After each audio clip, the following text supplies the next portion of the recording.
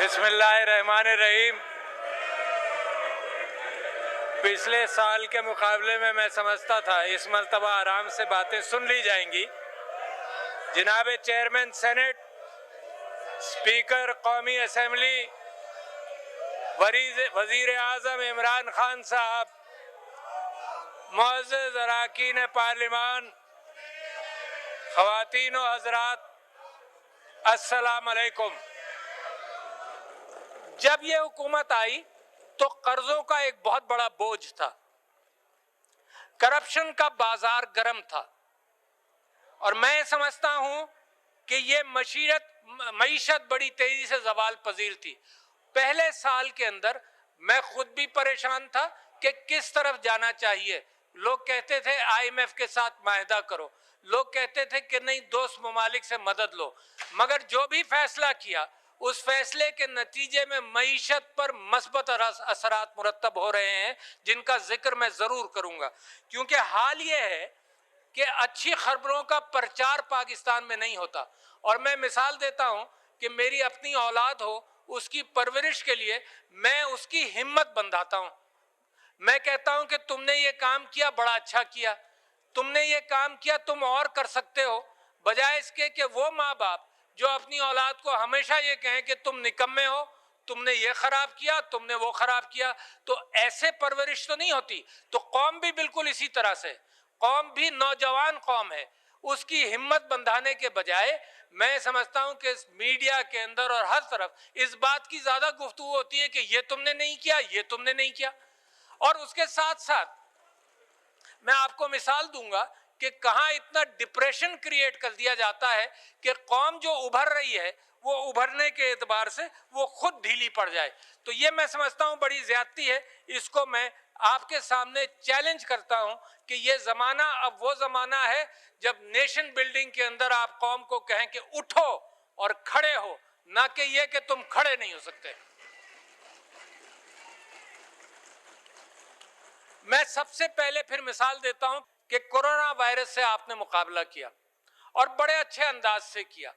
बड़ा प्रेशर था इस हुकूमत के ऊपर, और मैं वाकिफ हूं इस बात से कि लोग बहुत डरा रहे थे कि अमवात होंगी, सड़कों पर लोग मरेंगे, अस्पतालों में जगह नहीं होगी, फुटपाथ पर इलाज हो रहे होंगे, और ये प्रेशर था कि टोटल लॉकडाउन कर दो। आपने क्या विजन अख्तियार किया? आपने विजन अख्तियार किया कि नहीं, हम गरीब को भूखा नहीं मरने देंगे। आपने ये विजन अख्तियार किया। आपने ये दूरअंदेशी से काम लिया। सारा प्रेशर, सारा डेटा, सारी दुनिया जो काम कर रही थी, आपने उसका बिल्कुल मुख्तलिफ किया।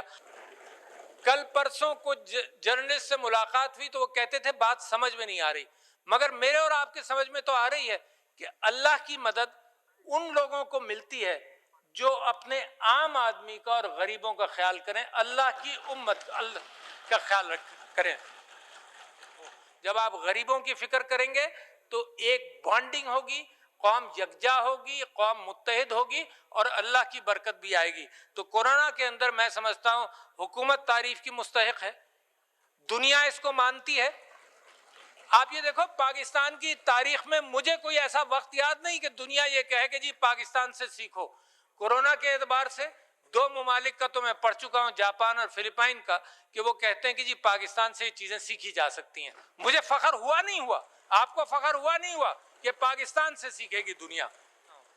एहसास प्रोग्राम के ज़रिए आपने ये दिखा भी दिया कि जो पैसा जो उनकी अमानत थी, आपने 1,69,00,000 अफराद को आपने एहसास प्रोग्राम के ज़रिए 12,000 रुपए दिए। मैं गिलगित में एक जगह पे था तो मैंने एक नाबीना वहां पे था बाजार में, तो मैंने उससे पूछा कि तुम्हारा हाल ठीक है? कहने लगा जी इस वजह से रहा हूं, जिंदा मैं इस वजह से हूं कि मुझे मदद हो गई वक्त पर। तो मैं समझता हूं कि ये सारा काम जो है इसके अंदर, और अगर आपने 1,69,00,000 लोगों की मदद की, खानदानों की, तो इसका मतलब 8-9 करोड़ लोगों तक आपकी मदद पहुंची। یہ بڑی اہم بات ہے، یہ آپ کی ہمدردی کی بات ہے، یہ وہ چیز ہے کہ شاید اللہ کو پسند آ گئی ہو اور اس نے کورونا کے اعتبار سے ہماری مدد کی۔ میں این سی او سی اور این ڈی ایم اے کو بھی مبارکباد دیتا ہوں، پرائم منسٹر صاحب کی مبارکباد دیتا ہوں کہ یہ بھی اپنی بات پر پکے رہے، پریشرز کو وڈسٹینڈ کیا اور آپ اپنی بات پر پکے رہے۔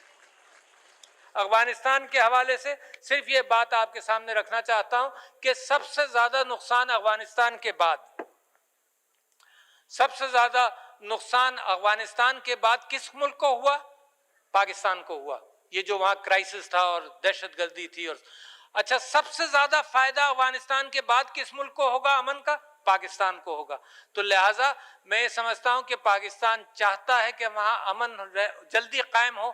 طالبان امریکہ کے مذاکرات اور طالبان اور اس حکومت کے مذاکرات کو ہم فروغ دینا چاہتے ہیں۔ میں ایران کا بھی مشکور ہوں کہ انہوں نے ہماری کشمیر کی پالیسی کے حوالے سے بڑی کھل کر ہماری حمایت کی۔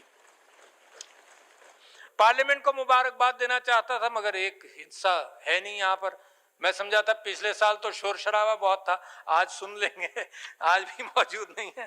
مگر ایف اے ٹی ایف کے بلز پاس کیے، آپ نے اینٹی منی لانڈرنگ کی بات کی، دہشت گردی کے حوالے سے بلز پاس کیے، یہی تو کام پارلیمنٹ کا ہے۔ تو اگر یہ مشترکہ انداز سے پاکستان کی خاطر جو پاکستان کے معاملات ہیں اس میں قانون سازی کریں تو بہت ہی اچھا ہوگا۔ تو پارلیمنٹ کی رسپانسبلٹی ہے۔ اور لوگ بار بار پوچھتے ہیں، آخر میں دو تین باتیں اور کر لوں، لوگ بار بار پوچھتے ہیں کہ آپ سب لوگ ایک پیج پر ہیں۔ تو میں یہ کہنا چاہتا ہوں کہ سارے ادارے، افواج Pakistan, judiciary of Pakistan, parliament of Pakistan, government of Pakistan and the media ایک پیج پر ہیں۔ کہاں؟ کہ ہم سب یہ چاہتے ہیں قانونی، معاشی، معاشرتی انصاف ہو، سب ایک ہی ڈائریکشن میں۔ ہم سب یہ چاہتے ہیں کہ کرپشن کے اوپر کوئی کمپرومائز نہیں ہونا چاہیے، یہ ایک پیج ہوا۔ ہم سب یہ چاہتے ہیں کہ پاکستان کی ترقی کے اندر جو رکاوٹ آئے ہم اس کو عبور کریں، یہ ایک پیج ہوا۔ تو مجھے خوشی ہے اس بات کی کہ پاکستان کے سارے ادارے ایک پیج پر ہیں۔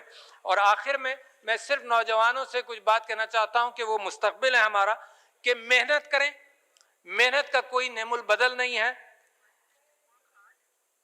اپنے اقدار کو پکڑے رہیں اور اپنے اصولوں کو مت چھیڑیں۔ اور جو اس کلچر کی خوبصورتی ہے کہ ہم بزرگوں کا اور سب کا خیال کرتے ہیں، یہ ساری چیزیں اپنے پاس سے نہیں چھوڑیں۔